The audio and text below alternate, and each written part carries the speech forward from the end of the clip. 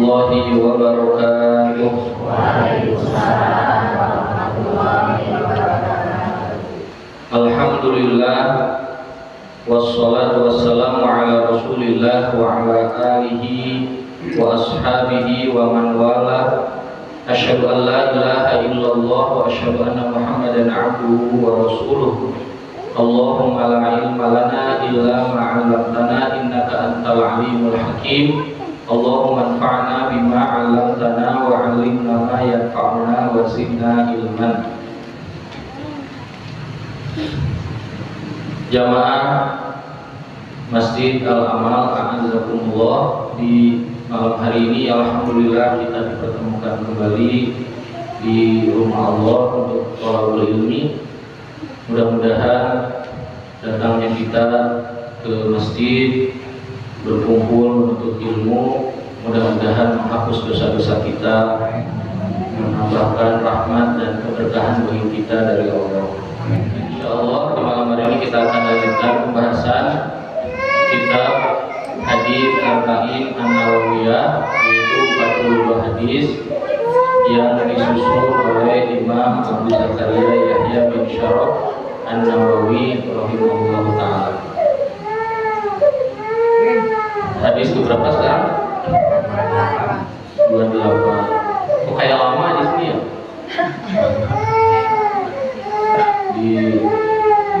Disusul sama yang lain. Baik, kita akan baca, dibuka hadisnya. Bismillahirrahmanirrahim. An Abi Najih Al-Irbad bin Sariyah radhiyallahu anhu qala wa'adana Rasulullah sallallahu alaihi wasallam mau'izatan wajilat minhal qulub wa zarafat minhal uyun faqulna ya Rasulullah ka'annaha mau'izatun muwaddi' fa'usina qala usikum bitaqwallahi azza wa jalla wassam'i wa ta'ah wa in ta'ammara alaikum abdun fa innahu man ya'ish minkum fasayara ikhtilafan katsira fa'alaikum bisunnati wa sunnatil khulafa'ir rasyidin al-mahdiyyin wa 'addu 'alaiha bin nawajib wa iyyakum wa muhdatsatil umuri fa inna kulla muhdatsatin bid'ah wa kulla bid'atin dhalalah. Rawahu Abu Dawud wa Tirmidzi wa qala haditsun hasanun shahih. Hadis ke-28 ini dikenal dengan hadis irbad, hadis al-irbad, dari seorang sahabat bernama Al-Irbad bin Sariyah radhiyallahu anhu. Irbad bin Sariyah radhiyallahu anhu mengatakan, suatu hari Nabi memberikan mau'izah. Mau'izah itu nasihat, kayak ceramah. Wajilat min hal qulub. Mau'izah itu nasihat, jadi bukan isinya perintah larangan, tapi berbentuk ajakan, motivasi, ya, dorongan dan informasi terkait dengan ancaman, ya. Biasanya bikin orang nangis, bikin orang sedih, gitu. Kemudian kata Irbad bin Sariyah, wajilat minhal qulub, membuat hati itu takut. Wajilat itu bergetar, itu maksudnya adalah karena takut. Takut ini mengerikan nasihatnya. Wadarakat minhal uyun, biasanya kalau hati takut mata bercucuran. Kemudian kata para sahabat, faqulna ya Rasulullah, wahai Rasulullah, ka'annaha mau'izatun muwaddih, ini kok kayak nasihat perpisahan, itu bikin sedih nih, kayak mau berpisah gitu. Fa'ausina, kasih wasiat, kasih nasihat kepada kami, berikan wasiat. Nah, kemudian kata Nabi, usikum bitaqwallahi azza wa jalla, aku wasiatkan kepada kalian agar bertakwa kepada Allah azza wa jalla. Saya akan jelaskan dulu biar tidak berpanjang. Jadi di antara kebiasaan Nabi SAW yaitu adalah memberikan mau'idhah, nasihat kepada para sahabat. Dan ini juga menjadi sunnah kita saling ngasih nasihat, saling ngasih wasiat. Kata Allah, wa tawashaw bil haqqi wa tawashaw bis sabr. Ibu ngasih nasihat ke anaknya, nah, ngasih nasihat suami ke istrinya, neng, ini ngasih nasihat. Ini bentuk dari sunnah, ya, saling berikan nasihat. Kalau istri ngasih nasihat ke suami bisa nggak? Ibu-ibu bisa ngasih nasihat ke suami? Bisa nggak? Nah, bisa, ya, bisa. Kan ayatnya watawasaw, saling memberi wasiat. Berarti kalau saling dua-duanya, ya, siapapun dibolehkan. Kemudian kata Nabi SAW, kata Irbad bin Sariyah, ya Rasulullah, kata para sahabat, kok ini kayak nasihat perpisahan, sedih, ya, bikin hati bergetar, bikin bercucuran air mata. Nah, beda nasihat di zaman dahulu sama di zaman kita. Kalau di zaman dulu itu banyak ilmunya, ya, dan sedikit bicaranya. Seorang salaf ditanya, di zaman dahulu itu lebih banyak bicara atau lebih banyak ilmu? Kata salaf ini, di zaman sahabat itu ilmunya lebih banyak, bicaranya sedikit. Jadi kalau ngasih nasihat tuh turun poin gitu, nggak banyak misalnya kemarin. Kalau kita kan banyak intermezzonya, banyak banyak kedengeran ini.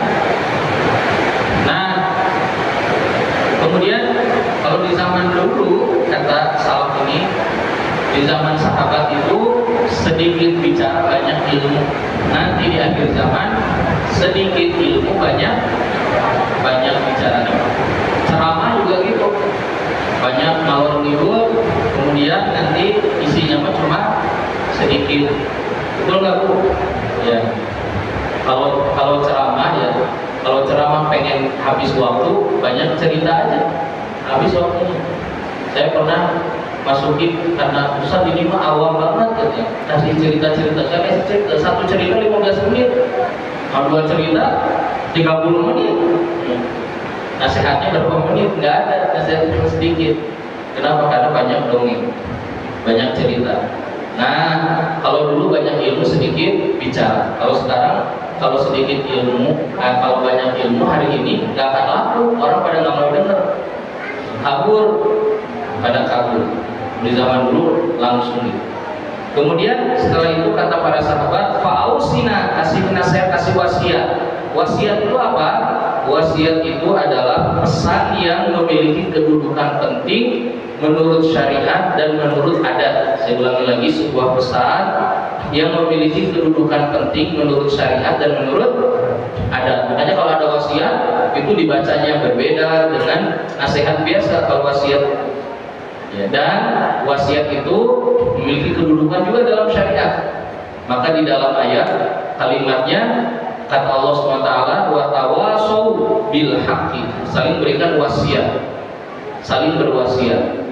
Dan Allah SWT mengatakan bahwa kata Allah, kami mau memberikan wasiat kepada kalian dengan takwa, menyuruh kalian untuk bertakwa, dan juga kepada umat sebelum kalian, anittaqullaha, kata Allah agar kalian bertakwa. Bahwa Allah SWT memberikan wasiat kepada kita dan kepada umat sebelum kita agar kita bertakwa. Nah, jadi wasiat itu punya kedudukan yang tinggi. Kemudian Nabi langsung ngasih wasiat. Kata Nabi, usikum bitaqwallahi azza wa jalla. Aku wasiatkan kepada kalian agar bertakwa kepada Allah azza wa jalla. Takwa itu sudah pernah kita bahas. Takwa itu adalah menjalankan perintah Allah dengan ilmu, dengan mengharap pahala dari Allah, menjauhi larangan Allah dengan ilmu, dengan rasa takut akan siksa Allah. Nah, ini disebut dengan apa?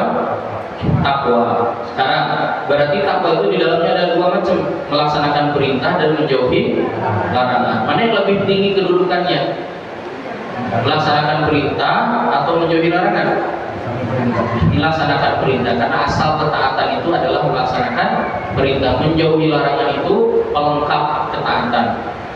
Jadi kalau ada orang hari ini, saya itu nggak pernah kok mabok, nggak pernah dolim, nggak pernah korupsi di kantor juga, saya mau baik, taat, saya mau orangnya nggak pernah melanggar apa-apa, tapi dia nggak sholat, tapi dia nggak sahur, maka dosa dia lebih besar dari orang pemabuk, koruptor. Ini lebih gede.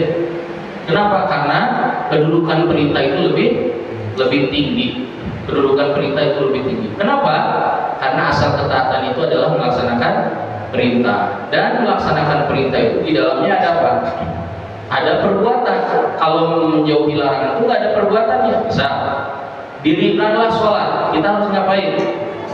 Sholat, berwudu, pakai menutup aurat, datang ke masjid, menghadap kiblat, takbir, rukuk, sujud, begitu. Itu namanya melaksanakan perintah. Kalau menjauhi larangan, nggak boleh, misalnya depannya ada khamar, ada nggak boleh minum khamar. Kita ngapain? Diam aja. Nggak ada amalnya nggak ada. Jadi menjauhi larangan itu nggak ada amalnya. Diam aja. Diam. Kata Allah, misalnya kata Allah, wala yaghtab ba'dukum ba'd, jangan menggibah. Jangan menggibah saudara kamu. Tinggal ngapain? Mulutnya diam aja. Tapi kata Allah, baca Quran. Nah, harus baca. Nah, maka para ulama mengatakan, di antara Imam Ibnu Qayyim mengatakan bahwa perintah itu kedudukannya lebih tinggi daripada menjauhi larangan. Kalau ada orang, banyak sekarang orang nggak sholat, nggak merasa dirinya baik karena nggak pernah melanggar. Anda juga sama itu dosa Anda gede sama koruptor, sama pemabok gitu. Kalau Anda tidak sholat, Anda tidak saum, Anda tidak zakat, ini dosanya gede juga. Ya, dosanya besar. Dan perintah itu, Bapak Ibu, perintah itu disebutkan di dalam Al-Quran, dalam hadis. Kebanyakan kalau disebutkan perintah isinya pujian. Siapa yang melaksanakan begini maka pahalanya begini. Sebaik-baik amal yang Allah cintai adalah sholat di waktunya. Kemudian sedekah itu adalah burhan, sholat itu cahaya, gitu. Semuanya perintah. Ada nggak pujian terhadap menjauhi larangan? Nggak ada. Nah, inilah kedudukan perintah dan berarti kita kalau beramal harus tahu kedudukannya. Dua-duanya harus kita lakukan, melaksanakan perintah dan menjauhi larangan. Maka tidak cukup kita menjauhi larangan. Nah, ini nomor satunya adalah perintah dulu kamu lakukan, baru jauhi larangan. Karena kalau hanya menjauhi larangan, kita tidak dikatakan taat. Karena kan nggak melakukan apa-apa, gitu kan? Karena nggak melakukan apa-apa. Nah, ini definisi dari takwa, definisi dari takwa. Kemudian setelah Nabi SAW mengatakan usikum bitaqwallah, wasiatkan kepadamu kepada kalian untuk bertakwa kepada Allah. Dan takwa ini Bapak Ibu adalah tujuan diturunkannya Al-Qur'an. Kata Allah, dzalikal kitabul la raiba fihi hudan lil muttaqin. Apa artinya hudan lil muttaqin, Pak? Petunjuk apa? Petunjuk bagi orang bertakwa. Kalau ada orang pemabok, ayo atau ngaji biar dapat petunjuk dari Al-Quran. Kan saya mau nggak bertakwa. Kan Al-Quran mah petunjuk bagi bertakwa. Itu gimana? Gimana jawabannya? Ada orang yang jauh dari masjid, ya suka maksiat, kita kasih ayo belajar Al-Quran, ya biar bisa dia dapat petunjuk. Nah, orang ini pintar, kata orang ini Al-Quran petunjuk buat orang bertakwa. Saya emang nggak bertakwa, orang saya emang tukang dosa, tukang maksiat. Kumaha kan nggak jawabnya? Nah, ayat ini hudan lil muttaqin artinya adalah petunjuk agar kita bertakwa, bukan petunjuk untuk orang bertakwa, tapi agar kita bertakwa. Dan Al-Quran takwa itu juga tujuan dari setiap ditetapkannya syariat, sholat, saum, semuanya agar kita ini bertakwa. Dan surga itu juga sudah diciptakan oleh Allah, disiapkan sebagai tempat yang dijanjikan bagi orang bertakwa. Dan takwa ini wasiat Allah bagi semua manusia, ya. Bagi semua manusia. Disebutkan di dalam Al-Quran bahwa Allah berwasiat, menyuruh kita berwasiat kepada kita dan kepada umat sebelum kita agar bertakwa kepada Allah. Nah, ini yang pertama adalah wasiat takwa. Kemudian yang berikutnya kata Nabi, wasam'i wa ta'ah, mendengar dan taat. Mendengar dan taat ke siapa? Ini yang kedua beda tema nih. Kalau tadi ke Allah, ini kepada pemimpin. Nah, yang tadi kepada siapa? Allah. Takwa ini kepada pemimpin. Harus dengar dan taat kepada siapa? Pemimpin. Walaupun kata Nabi, ini hadisnya ya, walaupun yang memimpinnya budak, ya, yang mimpinnya bodoh gitu, nggak sekolah, nggak lulus sekolahnya gitu. Taat aja. Harus dengar dan taat, ya. Capek ngecek ijazah tuh ngapain, ya udah aja, ya kita dengar dan taat. Nah, gimana sih Ustaz dengar dan taat? Gini, syariat itu Bu, ya, semuanya menetapkan sesuatu yang berkaitan dengan maslahat. Kalau ada maslahat dan madarat, maka yang dikedepankan adalah maslahat. Kalau ada dua madarat, yang dicari adalah madarat yang paling kecil. Nah, memberontak pemimpin itu madaratnya lebih besar. Maka kata Nabi, dengar dan taat. Dengar dan walaupun yang mimpinnya budak hitam, bahkan dalam riwayat lain Abdun Habasyun kata Nabi, yaitu budak hitam dari Afrika yang mimpin. Walaupun itu tetap harus dengar dan taat. Nah, mendengar dan taat yang dimaksud pemimpin adalah mereka yang ditunjuk oleh siapa? Oleh masyarakat yang ada di negeri itu yang disepakati. Dan walaupun menangnya curang, begitu. Kalau di dalam riwayat disebutkan, walaupun ada hadisnya, walaupun dia jadi pemimpin pakai pedang maksa gitu, pakai kekuasaan.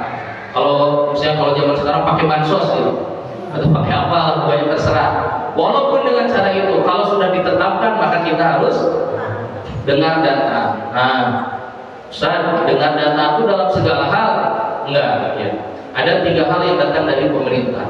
1, segala yang datang dari pemerintah yang berkaitan dengan agama, maksudnya dibenarkan oleh agama, disuruh juga oleh agama, maka wajib kita taati. Misalnya, kata pemerintah, mulai sekarang di kota Bandung gak boleh ada lagi yang jualan khamar, wah kita dukung.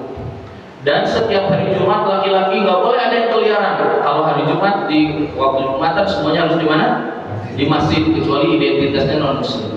Nah, ini wajib ditaati. Kenapa? Karena sesuai dengan syariat. Semua muslimah kalau kerja ke kantor harus menutup aurat, maka wajib ditaati.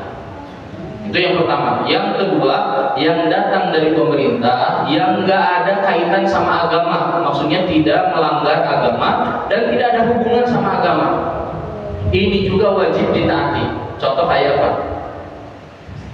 Datang dari pemerintah ketetapan yang tidak ada kaitan dengan agama, tapi tidak melanggar agama dan baik buat masyarakat, maka ini wajib ditaati. Kayak apa? Anak nakal di barak militer. Ini bagus nih. Ya. Kayak yang gampang, kayak naik motor harus bawa STNK dan SIM. Ini ada dalilnya kan? Nggak ada. Tapi kata polisi wajib. Nah, kita wajib taat. Kita wajib taat. Wajib taat. Dan ini nanti repot juga ya. Saya soalnya pernah dikritik sama keluarga saya sendiri.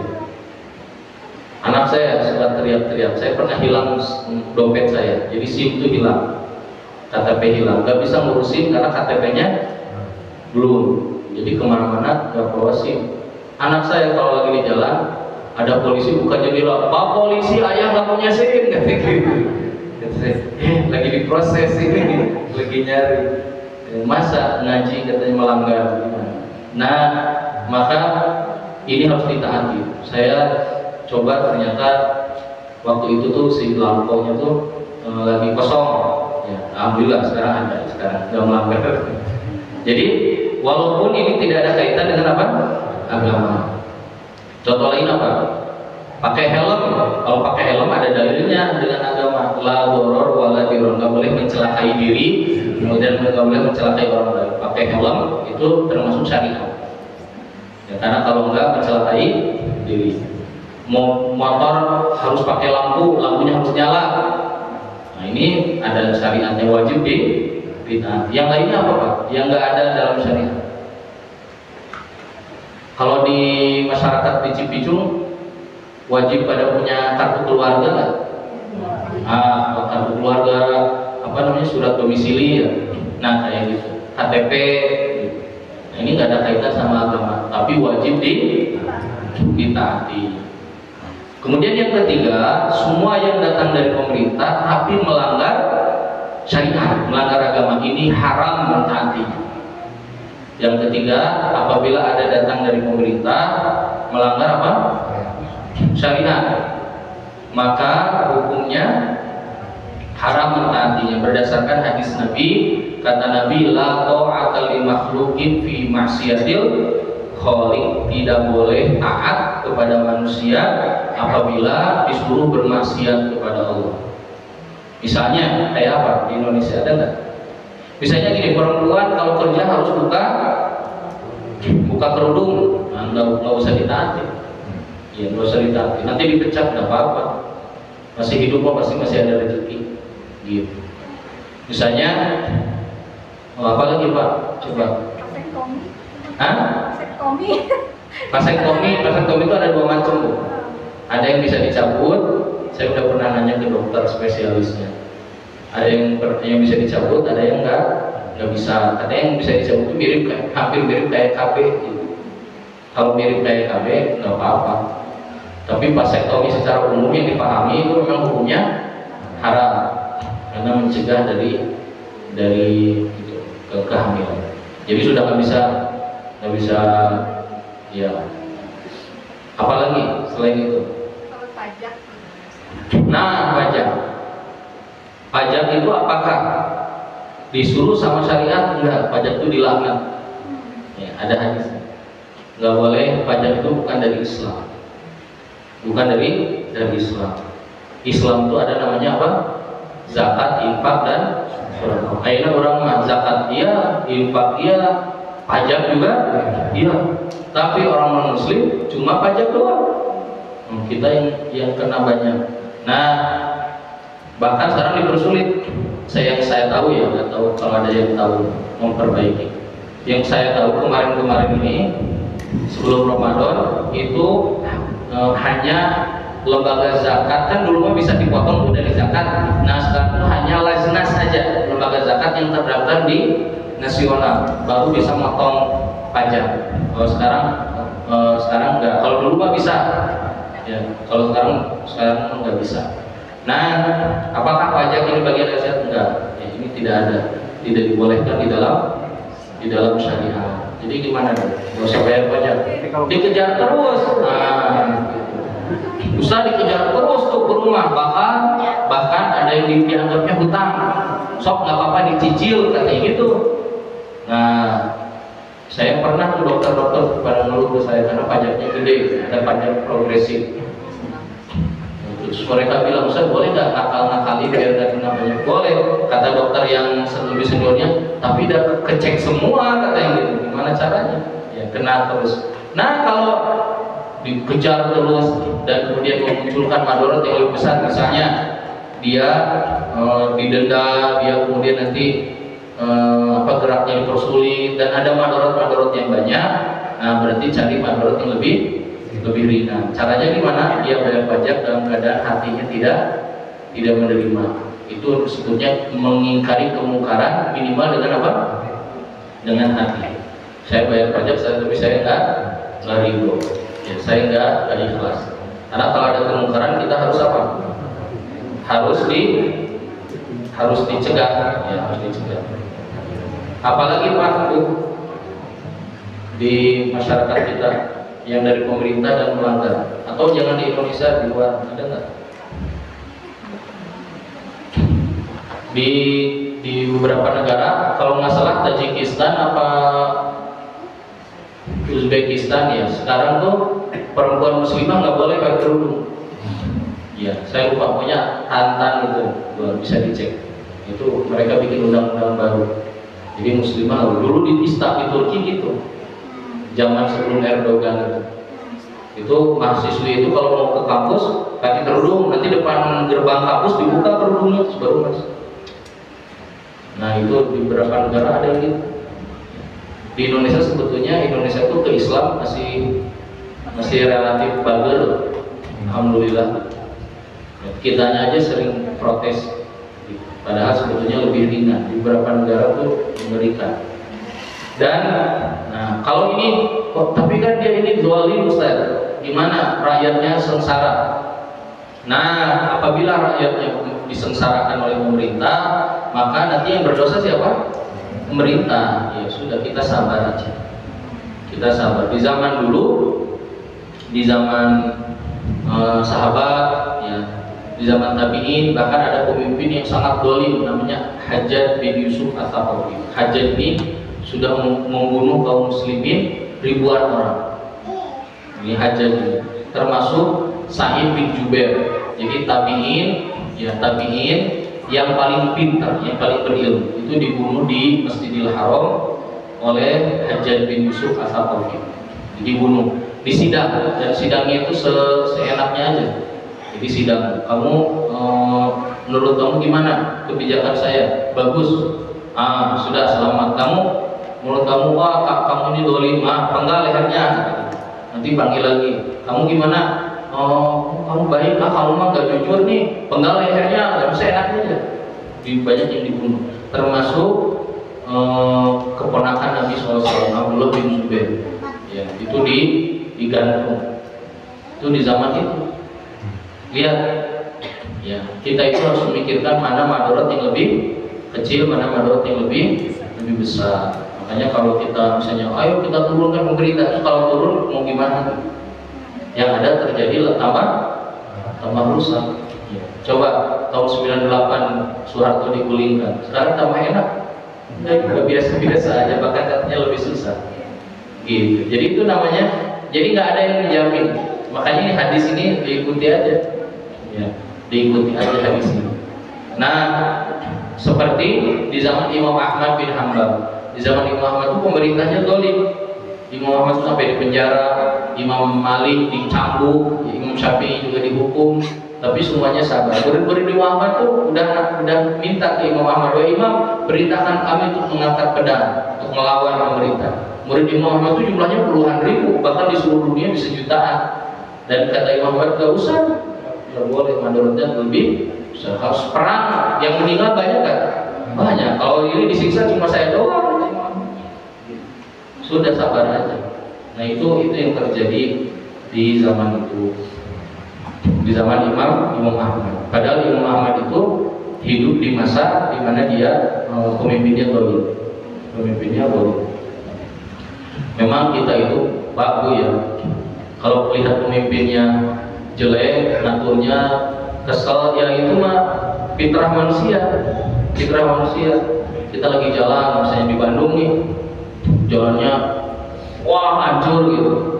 Saya kemarin lagi di mobil, ada daerah mana ya, lagi pulang acara gitu sama keluarga.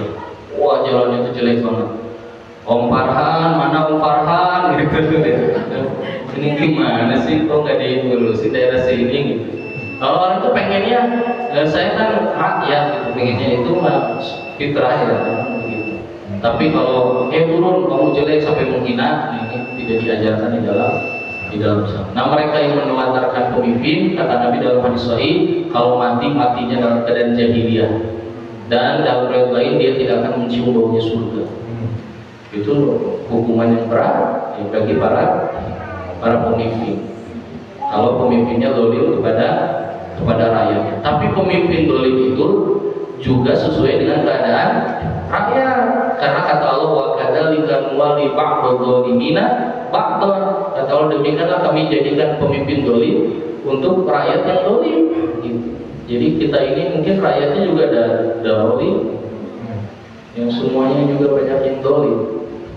Di mana-mana kezaliman tuh bikin pusing kalau melihat. Nah, jadi tadi subuh saya kajian, ngumpul sama pengurus masjidnya, konsultasi, Ustaz gimana ya ngatur kurban katanya. Di sini teh masih banyak pengurus tapi bukan pengurus masjid ya, panitia. Jadi ada orang luar, orang warga diajak jadi panitia dari RW, dari RT. Itu suka nyuri daging, jadi potong-potong disumputkan sudah dihadap. Itu hukumnya apa? Ya haram, ada nyuri itu. Terus ada juga yang dilempar ke belakang pagar gitu. Bahkan tahun lalu atas itunya panitianya tadi sudah ada yang diumpetin, disimpan di tong sampah sampai lupa, nggak diambil sampai busuk. 2 kresek gede gitu. Nah, ceritanya ayah di dia gitu ya, itu di kota. Di sini mah gitu Ustaz. Hati katanya. Ini dari belakang udah diambil nih, dari jagal. Mau dibawa ke depan ke tempat penyimpanan. Nyampe depan tinggal setengah gitu saja. Nggak tahu duka lungit tadi mana sampai kayak gitu. Lihat rakyat kurang kayak gitu pemimpin aja gitu ya. Jadi mirip kayak rakyatnya. Kayak gitu. Kaki hilang, buntut hilang, ya. Pokoknya kambing 20, kakinya hilang 15, atau kemana 15 kaki hilang, bisa gitu. Nah, lihat ini teh orang-orang ya, yang ngurusin kurban, bayangkan apalagi kita dalam hidup keseharian, apalagi di jalan, di mana-mana, wah mengerikan sekali. Di jalan banyak mulia bukan di jalan, saking liarnya udah pokoknya mah kadang pengennya mah di rumah aja diri gitu. Dan hidup ini luar biasa, menghadapi banyak karakter manusia yang ya begitu. Maka pemimpin juga ya sesuai, kalau ingin baik maka kitanya harus baik, etika dibenerin, akhlak dibenerin, kemudian belajar agama yang benar gitu. Belajar, karena kita tuh banyak yang mulut, kalau bicara tuh bertindak tuh mulut dulu baru mikir gitu. Saya waktu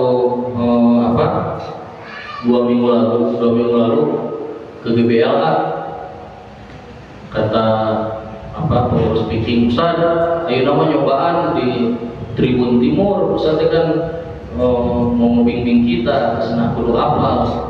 Tribun Timur tuh markasnya speaking gitu kalau di stadion, yang suka ada bawa drum, bendera. Saya kesana nonton di situ baru pertama tuh, biasanya suka dikasihnya di VIP.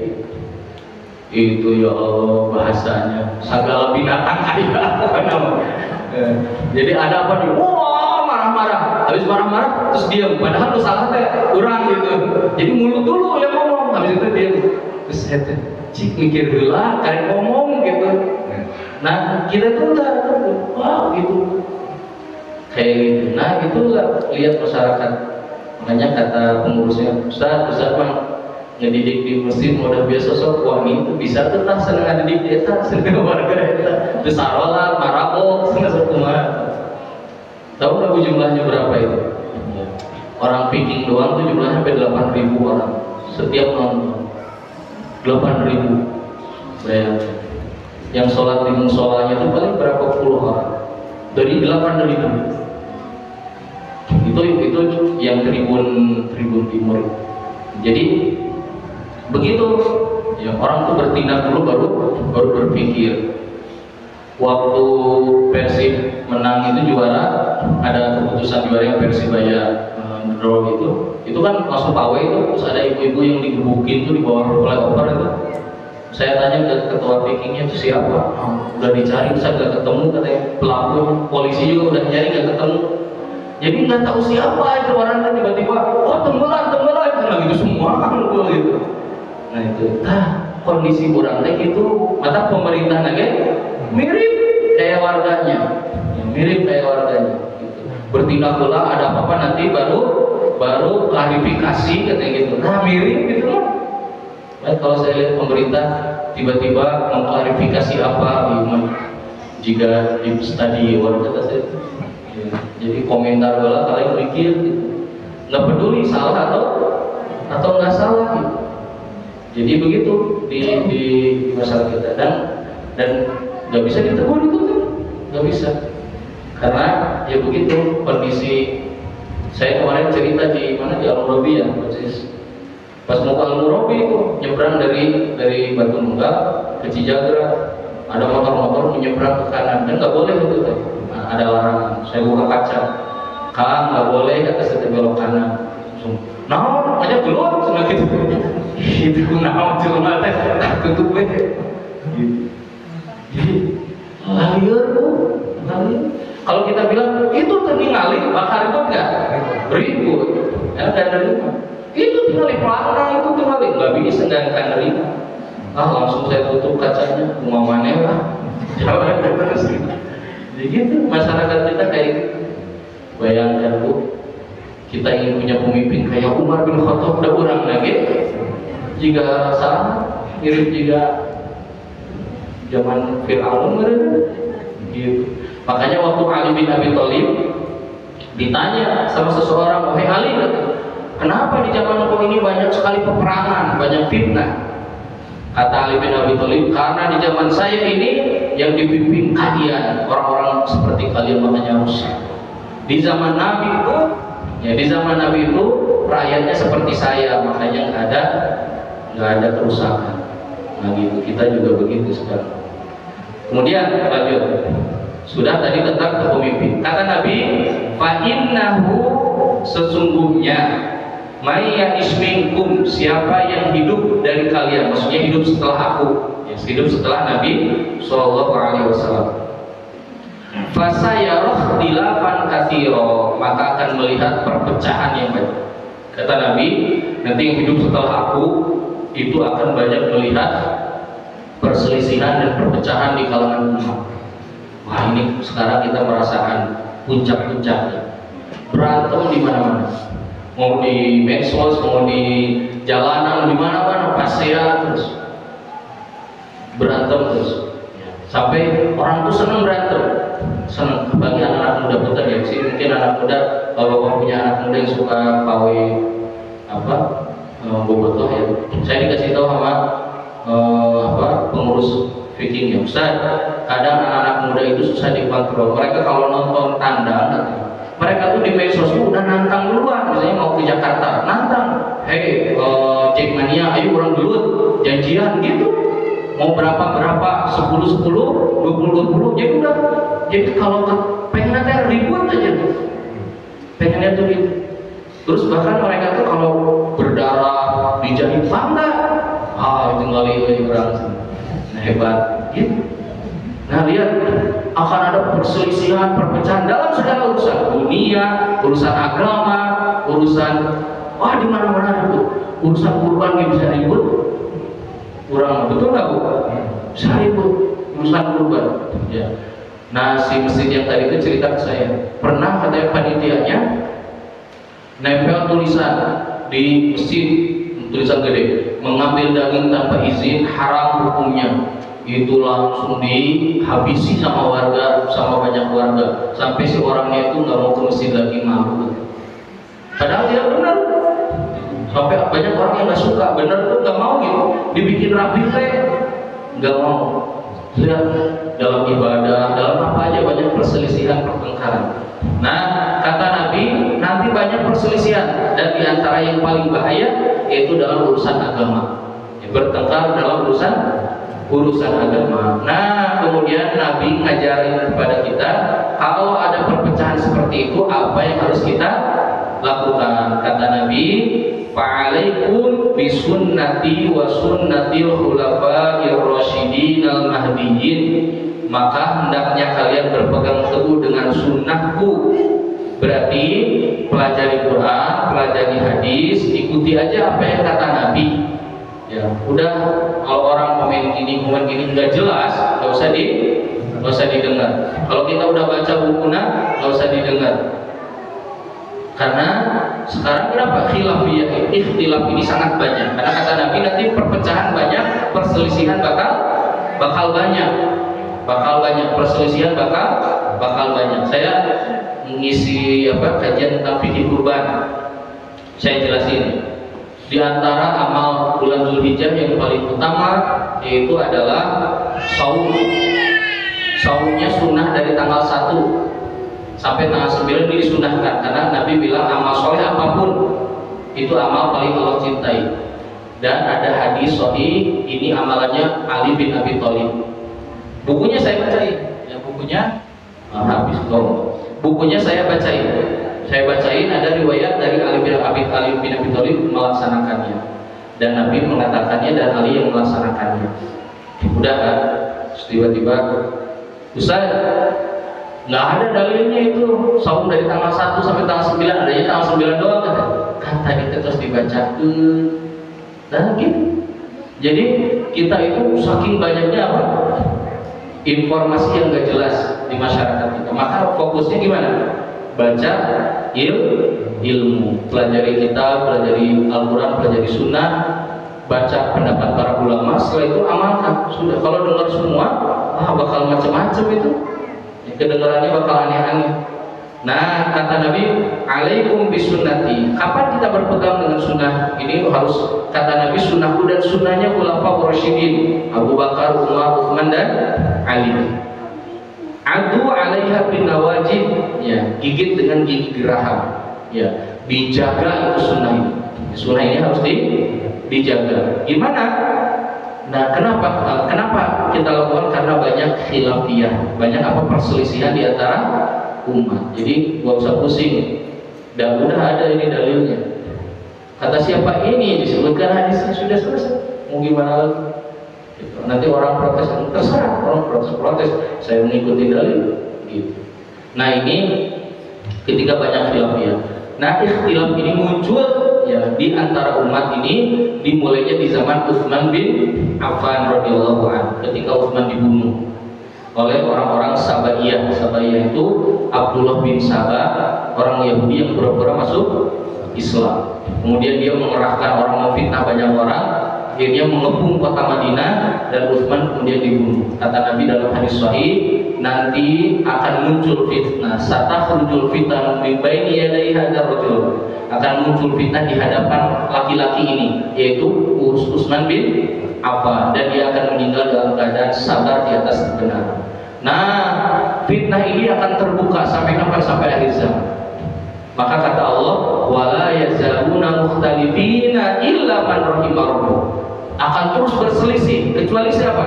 Kecuali mereka yang dirahmati Allah. Kalau orang dirahmati Allah, dia tidak akan ikutan bertengkar, nggak akan ikutan berselisih. Kalau ada orang mau ribut, terserah, mereka nggak ikutan. Ya, dia menghindari perselisihan. Baik kalau sudah mulai muncul ta'asubian, ini salah satu fitnahnya, muncul fanatisme terhadap kelompok, terhadap kiai, terhadap apa lagi? Terhadap organisasi, ya, terhadap pendapat gurunya. Nah ini fanatik, ini nggak boleh. Kita ini gini Pak Bu ya, manusia itu semuanya punya salah, ya, bakal berbuat kekeliruan. Jadi nggak boleh kiai saya mau benar semua, nah, itu manabi atau ini. Imam Malik aja mengatakan perkataan manusia itu boleh diterima, ada yang ditolaknya. Gitu. Ketika ditolak itu bukan berarti dia nggak jadi guru saya, enggak, guru aja gitu. Tapi pendapat yang ini kayaknya guru saya, ini nggak akan saya terima, nggak apa-apa kalau memang tahu begitu. Nah ini, jadi fitnah ini fitnah seperti ini muncul di kalangan umat, dan kita kemudian berselisih, bertengkar dalam agama. Coba Bu, manusia itu ya, yang paling susah itu adalah meredakan perselisihan, karena biasanya munculnya karena syubhat. Syubhat itu apa? Penyakit ketidaktahuan atau keliru memahami agama. Nah, keliru memahami agama itu munculnya karena sombong, makanya susah dibenerinnya. Kalau kita benerin itu susah. Dan riwayat dari Ibnu Mas'ud dikatakan ada nanti di akhir zaman muncul orang-orang yang mereka ingin punya pengikut, dan kemudian mereka berbuat perbuatan bid'ah yang nggak pernah ada di zaman Nabi. Biar apa? Di riwayat itu kata Ibnu Mas'ud, ini asal sahabat. Kata Ibnu Mas'ud agar banyak pengikutnya. Namun ayeuna mah seueur followerna, seueur subscriberna. Jadi bikin apa deh yang bid'ah yang lucu-lucu. Saya pernah lihat pernah cerita kayak di sini. Berapa waktu lalu di YouTube muncul di beranda YouTube saya gitu. Lihat ada umroh plus Yaman. Umroh plus Yaman. Dan mengunjungi tempat seorang ulama besar. Ulamanya orang soleh ya, ini yang jahati orang ini membawa-bawa program ini. Jadi datang ke sana, terus ke kamarnya, terus dia cerita. Ada di video di YouTube, saya dengerin satu-satu itu. Dia cerita, ini Syekh ini, kalau dia marah berarti Allah lagi marah. Kalau dia suka berarti Allah lagi suka. Wah, ini dari mana ini? Kemudian kalau dia bilang si ini bakal mati, nanti 3 hari lagi mati kan? Lihat, Nabi aja nggak tahu kapan meninggalnya. Ini kok Allah mengatakan wa ma tadri nafsum madza taksibu gadan wa ma tadri nafsum bi ayyi ardin tamut. Kata Allah, nggak ada satupun jiwa yang tahu besok mau ngapain, dan nggak ada satupun yang tahu di mana bakal mati. Ini dia bilang di situ si tour leadernya. Bahkan dia Syekh ini tahu binatang mana yang bakal mati dalam waktu dekat. Ini kayak Tuhan ini loh, kayak Tuhan. Terus dibawa ke musolanya. Ini contoh kesesatan yang ada ya. Kemudian ada bekas duduk, bekas ibadahnya. Jadi marmernya itu rada coklat. Gitu. Nah ini tempat sholat, besok cium. Pada cium jamaah umroh teh, udah barodol teh ya, diciuman, baris sujud. Padahal nggak boleh sujud kepada selain Allah. Kemudian cerita lagi di situ, Syekh ini selama 40 tahun sholat subuhnya selalu dengan wudu waktu isya. Selama 40 tahun, berarti dari isya ke subuh nggak pernah tidur selama 40 tahun. Nabi aja hidupnya sebagai manusia paling tinggi ketakwaannya, kata Nabi, wa amma ana aqumu wa anam. Aku itu biasa tidur dan biasa sholat. Siapa yang gak suka sunnah, dia bukan dari umatku, kata Nabi. Terus ini lucu lagi, dia bilang ini, dan saya ini minimal menghatamkan Quran sehari itu minimal 8 kali hatam, terkadang sampai 20 kali hatam. Kata saya, aing ngabohong teh atuh cing, dihitung gelar, ya, ulah kira-kira teh ngabohong teh. 20 kali hatam itu berarti sehari siang 10 malam 10, siang 10 12 jam bagi 10 kali hatam. kumaha gitu, heseng itu kan. Ya berarti 1 jam itu ya sekitar 25 juz 1 jam. Gimana cara baca 1 jam 25 juz? Sedangkan istrinya Utsman bin Affan, istrinya Utsman ahli surga, kata Nabi Utsman fil jannah. Kata istrinya Utsman itu waktu meninggal nggak akan ada yang sanggup seperti Utsman yang kalau malam di bulan Ramadan menghatamkan Quran sekali hatam dalam sekali qiyamul lail. Itu Utsman paling hebat. Wah, lebih keren atau ya? Sampai 10 kali, 8 kali, sampai 20 kali hatam. 8 kali hatam aja saya hitung ya. Sejamnya itu 10 juz.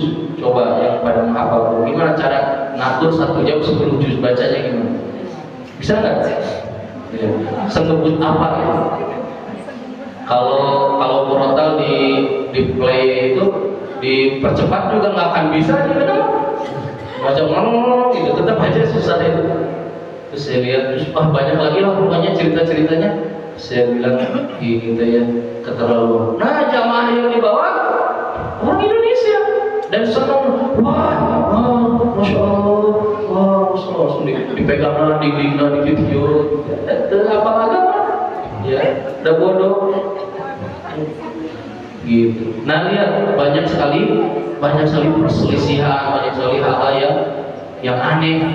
Maka kata Nabi, pegang tuh sunnahku, pelajari Quran dan sunnah, nggak usah yang lainnya sudah. Alaikum bisunnati wa sunnatil khulafa'ir rasyidin. Ikuti itu jejak Abu Bakar, Umar, Utsman, Ali. Nggak usah didengar yang lain. Gitu. Kalau ada guru kita ngajar, lihat guru kita dari mana sumbernya. Nah itu yang diikuti. Oh, guru kita bersumber Quran, sunnah, pendapat para sahabat, sudah itu ikuti. Gitu. Kalau nggak jelas tiba-tiba cerita ini, tiba-tiba cerita itu. Ya. Bahkan ini lucu ya. Ini salah satu ceritanya lagi. Jadi ada syekh itu, dia itu kalau suatu hari gitu ya, dia lagi sholat, tapi pengen ngisi kajian, dia bisa membelah diri katanya. Nanti ada badannya di mana, terus dia gitu. Kumaha nggak bohong tapi dah ayo masyarakat terus mah ya ini hebatnya elek Nabi kita itu mungkin nggak ada orang menyerupai, mungkin jin ya, mungkin Imam Ibnu Taimiyah pernah kejadian Imam Ibnu Taimiyah di penjara tiba-tiba ada yang laporan, Ibnu Taimiyah kamu mau diinterogasi. Kenapa? Kamu ada yang laporan warga di kota Anu mendengar kajian kamu buka kajian. Kata Ibnu Taimiyah, aku di penjara, kayak ada kesannya. Terus siapa itu? Kata Ibnu Taimiyah, itu jin, setan. Kau bilang jin bukan malaikat, atau bukan kamu? Kan aku di sini. Kok bukan malaikat? Malaikat tak pernah bohong, dia bohong, ngaku-ngaku saya.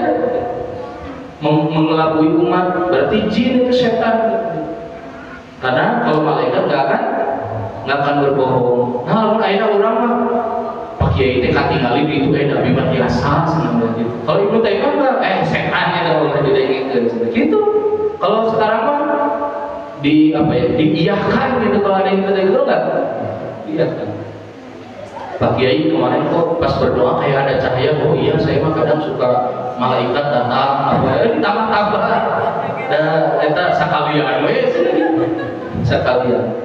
Bahkan ada yang lagi pengajian bilang Rasul datang ke majelis saya gitu ya, sampai dia menangis beres pengajian, barusan Nabi kesini dia Nabi datang waktu Ali bin Abi Thalib menghadapi perpecahan perang Jamal, perang Siffin antar kaum muslimin. Ali itu menantunya siapa? Nabi. Sampai Ali bilang, ya Allah seandainya aku tahu akan begini aku nggak mau hidup. Nabi kemana? Nanti datang. Tiba-tiba datang ke Bandung, coba. Wah, ini ke Ali bin Abi Thalib aja, ke menantunya aja nggak datang. Ini datang ke Bandung, ke Jakarta. Terus umatnya teh seneng gitu kan. Wah, emang hebat sih kiai orang. Nah, jadi kata Nabi kalau lagi banyak yang aneh-aneh, pegang apa? Sunnahku. Sunnahku itu maksudnya jalan hidupnya Nabi, Al-Quran dan sunnah. Kalau ada ribut-ribut, nggak usah khawatir, ya masuk telinga kanan, keluar telinga kiri. Cek dulu, cross check. Kata Syekh Utsaimin, di antara ada penuntut ilmu itu adalah at-tasabbut wa tasbih. Tasabut itu cross check. Cross check ini benar nggak sih Bapak itu nyari rezeki ayat dalilnya. Jadi di cross check. Kemudian kata Nabi SAW, wa'aku 'alaiha bin nawajid, dan gigit dengan gigi geraham. Maksudnya apa? Maksudnya jangan sampai dilepas sunnah ini, dipegang terus. Karena kalau dilepas kita bakal tersesat. Dan ini khilafiyah ini akan terus ada sampai akhir zaman. Kecuali yang Allah rahmati, mereka akan menghindari yang begini. Ribut terus di masyarakat kita. Berantem antar majelis taklim, antar masjid, antar pengurus masjid. Lalilah kok nggak mau damai aja deh gitu kan, capek berantem gitu. Tapi gitu pada berantem sampai di medsos tuh ya, sampai mengerikan. Ada yang gini, Ustadz ini dajjal kan kafir. Ya Allah, itu salah itu ngajar murid-murid Ustadz itu kan haramu, dibalas kita. Ustadz kita mah Fir'aun. Wah, itu tuh. Lihat, mengerikan sekali. Manusia kadang sebelum ngetik, sebelum bicara tuh nggak pikir dulu, nggak pakai dulu. Ini zaman pecah, zaman apa chaos gitu. Wah, manusia teh hawiler bukan ya, ngelihatnya itu apa ya namanya, susah diatur ya, susah sekali. Nah, kata Nabi, jadi solusinya berpegang teguh dengan sunnah Nabi dan sunnahnya Khulafaur Rasyidin. Dan yang kedua, jauhi perbuatan apa? Bid'ah. Wa iyyakum wa muhdatsatil umur, fa inna kulla muhdatsatin bid'ah wa kullu bid'atin dhalalah. Tinggalkan yang nggak ada dasarnya, nggak ada dalilnya, atau nggak ada argumentasinya. Sekarang itu kan suka ada orang bilang, menurut saya sih ini tuh begini. Nah, agama nggak menurut saya, harus menurut Allah, menurut Rasul, menurut para ulama, menurut para sahabat, minimal menurut kitab ini gitu. Itu minimal. Kalau menurut saya ente tes kok menurut saya agama ini sudah dijelaskan.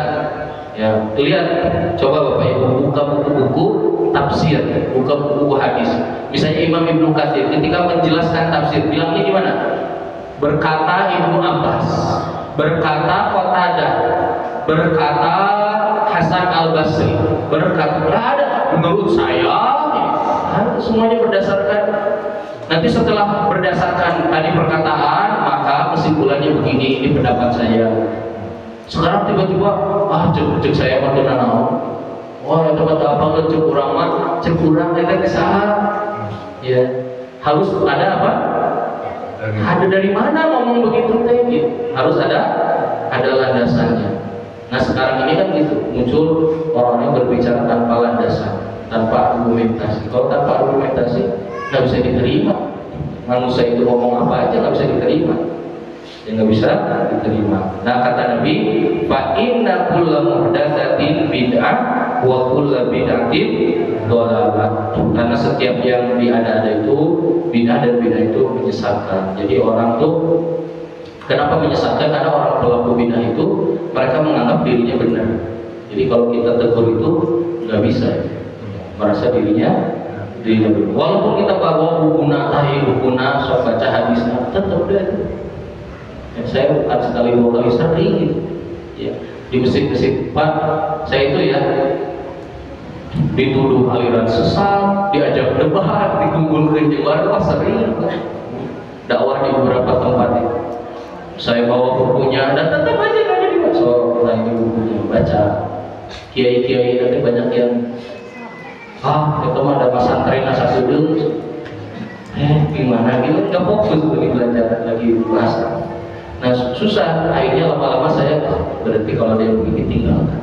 Karena kata Nabi, fa'alim anil jahilin, maka berpalinglah dari orang bodoh. Orang bodoh nggak bisa diajak diskusi. Nah, orang bodoh yang sudah nggak bisa, tinggalin aja. Karena nggak akan paham. Nah, ini hadis ini diriwayatkan oleh Abu Dawud dan Tirmidzi dan Nasai. Itu termasuk hadis paling bagus yang diriwayatkan oleh ulama-ulama dari negeri Syam. Ya, perawinya itu Imam Tirmidzi itu dari Sijistan. ya, Abu Dawud, kemudian Nasai, ya, dan Ibnu Majah. Ini rawinya 4 berarti. Rawinya ada 4 dan hadisnya hadis sahih. Baik, saya kira 1 hadis kayaknya, kalau 2 hadis sampai jauh. Ya, kalau mau ditanya. Mau izin bertanya. Sebenarnya saya punya niat untuk berkurban, tapi saya masih mempunyai utang piutang kepada orang lain. Pertanyaannya, apa yang harus saya dahulukan? Apakah tetap berkurban ataukah membayar hutang dulu? Hutang itu ada 2 macam, ya, ada hutang hutang darurat yang harus segera dikembalikan, ada hutang yang memang dia berjangka. Misalnya kita beli sesuatu dan dikredit tanpa riba, ya, dikredit. Nah ini ini nggak dihitung sebagai hutang yang harus disegerakan. Nah ini hutang yang mana? Kalau hutang yang disegerakan berarti harus disegerakan. Tapi kalau cuma cicilan tiap bulan, ya berarti kalau masih ada sisa dana berarti masih harus kurban. Karena sekarang orang kaya pun punya cicilan, betul nggak? Ya, gitu. Jadi dilihat, dan udah pernah dijelaskan kemarin di mana di minggu lalu. Jadi orang yang punya orang yang punya kelapangan itu, dalam hadis sebutkan siapa yang punya kelapangan harta dan tidak berkurban jangan mendekati masjid.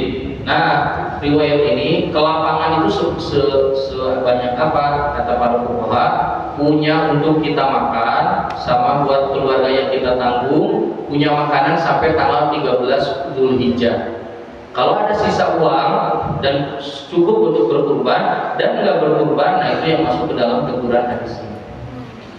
Sekarang 20 hari lagi sampai hari kurban, 20 hari lagi. Butuh uang berapa untuk makan sampai hari kurban?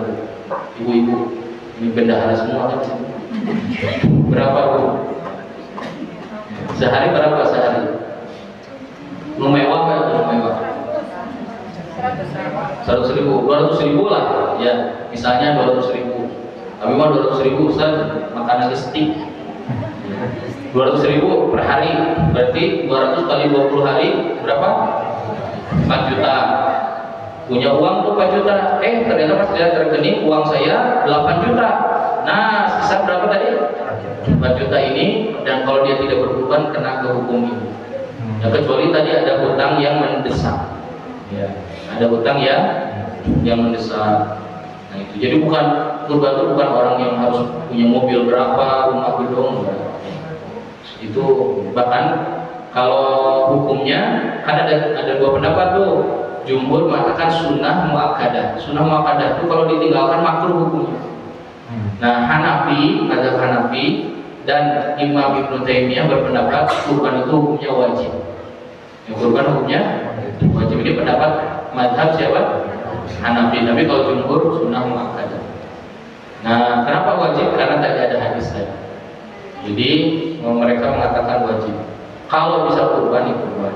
Kalau tidak bisa berkurban karena sempit hartanya, misalnya lagi nggak ada, maka minimal ikut mensyiarkan kurban, aktif di masjid, ikut meramaikan, gitu. Atau minimal bantu-bantu, atau bersedekah, misalnya dengan bawain makanan, bawain buah-buahan ke tempat orang lagi kurban, ikutan, ya insya Allah dapat pahala. Ya, jangan diem aja, karena ini syiar Allah, syiar itu identitas kita. Kata Allah, siapa yang mengagungkan syiar Allah itu bentuk takwa seseorang. Kita harus bangga dengan syiar-syiar Allah. Lihat, bobotoh aja tiap hari pakai kaos sekarang, gara-gara juara ini. Mau kayu bobotoh, soalnya itu bangga kaos biru teh. Biru di dadaku, ada tiap hari kita nyanyi nate. Biru di hatiku, gitu. Nah, ini mereka bangga syiar itu namanya. Nah, kita kaum muslim malah di rumah mana bagian di masjid datang gitu. Jadi gimana, harusnya aktif ya, datang meramaikan syiar kurban, ya meramaikan syiar kurban. Karena naon nyantai mah, tapi ya minimal bersedih kalau tidak. Imam Ibnu Abbas itu pernah tidak bisa berkurban dan menangis, dan kemudian dia beli ayam. Kemudian dagingnya dimasak, dibagikan, ini sedekah saya. karena nggak bisa turun. Jadi pulang bangga terbiasa kurban itu apalagi kalau punya kelapangan harta. Masih ada 20 hari lagi tuh, nabung sehari 100.000 cukup kayaknya.